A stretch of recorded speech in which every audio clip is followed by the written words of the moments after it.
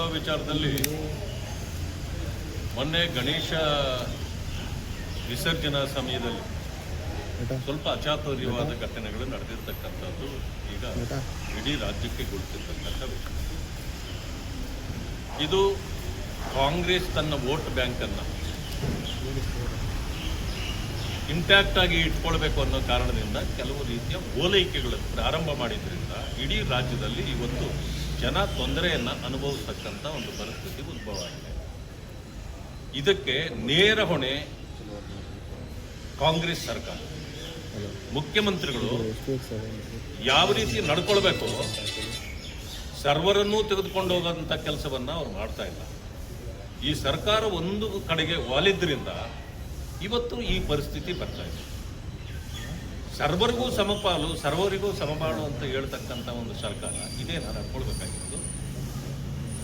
ಮತ್ತೆ ಗಣಪತಿ ವಿಸರ್ಜನೆಗೆ ನೀವು ಅವಕಾಶವನ್ನೂ ಕೊಡೋದಿಲ್ಲ. ಇವತ್ತು ಚಿತ್ರದುರ್ಗದಲ್ಲಿ ಒಂದು ದೊಡ್ಡ ಇವತ್ತು ಪ್ರತಿ ವರ್ಷದಂತೆ ಅಲ್ಲಿನೂ ಪದ್ಧತಿಯಂತೆ ನಡೀತಾ ಇದೆ. ಅಲ್ಲಿ SP ಅವರಿಗೆಲ್ಲಾನು ಈಗಾಗಲೇ ಆದೇಶ ಹೋಗಿದೆ, ಯಾವುದೇ ಕಾರಣಕ್ಕೆ ಪರ್ಮಿಷನ್ ಕೊಡಬೇಡಿ ಅಂತಂದ್ರೆ. ಏನು ನಮ್ಮೂರಿನಲ್ಲಿ ನಮಗೆ ನೀವು ಪರ್ಮಿಷನ್ ಕೊಡ್ಬೇಕಾ? ಇದನ್ನು ಕೇಳಬೇಕಲ್ಲ. ಹಿಂದೂಗಳನ್ನ ಇವತ್ತು ಹತ್ತಿಕ್ಕತಕ್ಕಂಥ ಕೆಲಸಗಳು ಆಗ್ತಾ ಇದೆ. ನಾನು ಮತ್ತೊಂದು ವಿಷಯವನ್ನ ಒಂದು ಹೆಜ್ಜೆ ಮುಂದೆ ಹೋಗಿ ಹೇಳ್ತೇನೆ.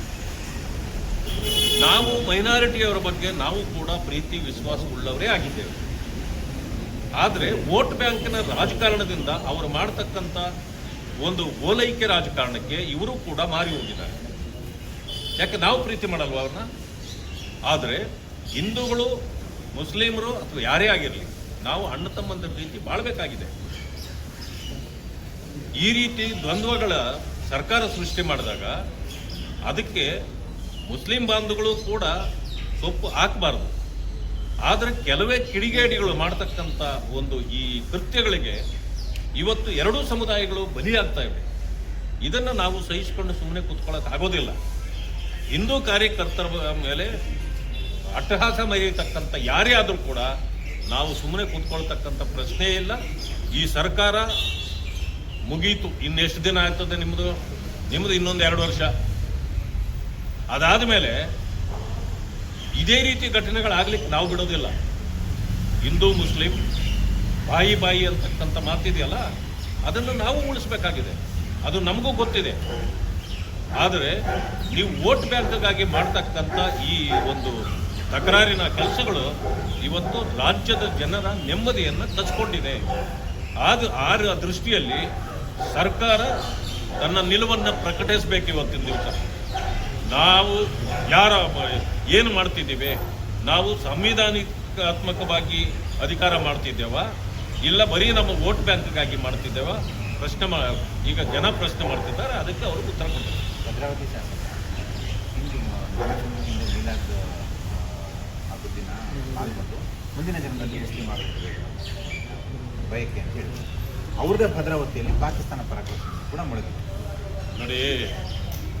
ಇವರೆಲ್ಲರೂ ಕೂಡ ಡಬಲ್ ಸ್ಟ್ಯಾಂಡರ್ಡ್ ಮನುಷ್ಯರು. ನಾನು ಒಂದೇ ಮಾತಿನಲ್ಲಿ ಯಾರು ಮುಸ್ಲಿಂ ಆಗಿ ಹುಟ್ಟಬೇಕು ಅಂತ ಅಂದ್ಕೊಂಡಿದ್ದಾರೆ, ತಡೆದವ್ರು ಯಾರೀಗ ಅವ್ರನ್ನ? ಈಗಲೇ ಮುಸ್ಲಿಂ ಆಗ್ಬೋದು, ಆಗಲೇ ಅವರು. ಈಗ ಧಾರ್ಮಿಕ ನಂಬಿಕೆಗಳಿಗೆ ನಮ್ಮ ದೇಶದಲ್ಲಿ ಅಡೆತಡೆ ಇಲ್ಲ. ಅವರ ನಂಬಿಕೆಗಳನ್ನು ಅವರು ಮಾಡ್ಬೋದು. ಆದರೆ ಹಿಂದೂ ಆಗಿ ಹುಟ್ಟಿದ್ದೇನೆ ಅನ್ನೋದಕ್ಕಿಂತ ಅವರಿಗೆ ನಾನು ಮುಸ್ಲಿಂ ಆಗಿ ಹುಟ್ಟುತ್ತೇನೆ ಅಂದರೆ ಇದರಲ್ಲಿ ಸತ್ಯ ಇದೆ ಅಂದ್ಕೊಳ್ತೀರಾ? ಸತ್ಯ ಇದೆಯಾ ಇದರಲ್ಲಿ? ವೋಟ್ ಬ್ಯಾಂಕ್ಗಾಗಿ ಈ ರೀತಿಯ ಮಾತುಗಳನ್ನು ಆಡಿದರೆ ಬೇರೆಯವರು ಕೂಡ ಅವ್ರಿಗೆ ಬುದ್ಧಿ ಕಲಿಸ್ಬೇಕಾಗ್ತದೆ. ನೀವು ಮುಂದಿನ ಜನ್ಮದಲ್ಲಿ ಹುಡ್ತೀನಿ ಅನ್ನೋದಕ್ಕೆ ಮೊದಲೇ ಹುಟ್ಟಬೇಕಾಗಿತ್ತು. ಇವಾಗ ಯಾರು ಬೇಡ ಅಂದಿದ್ರ? ಈಗ ಯಾರಾದರೂ ಹುಟ್ಟಿರೋರು ನಾವು ತಡೆದಿದ್ದೀವ? ನಾವು ಯಾರೂ ತಡೆಯೋದಿಲ್ಲ. ಹುಟ್ಟೋರು ನೀವು ಎಲ್ಲೆಲ್ಲಿ ಬೇಕಾದರೂ ಹುಟ್ಕೊಳ್ಳಿ. ಆದರೆ ಈಗ ಹುಟ್ಟಿದ್ದೀರಲ್ಲ, ಯಾವ ಧರ್ಮದಲ್ಲಿ ಹುಟ್ಟಿದ್ದೀರಿ, ಮೊದಲು ಅದರ ಋಣ ಸೇರಿಸಿ. ಈ ರೀತಿ ಓಲೈಕೆ ಮಾಡಿ ನೀವು ಬಹಳ ದಿನ ಜೀವಂತ ಇರೋಕ್ಕಾಗೋದಿಲ್ಲ ರಾಜಕೀಯವಾಗಿ ಅಂತಕ್ಕಂಥ ಮಾತನ್ನು ಹೇಳಲಿಕ್ಕೆ ಬಯಸ್ತೇನೆ.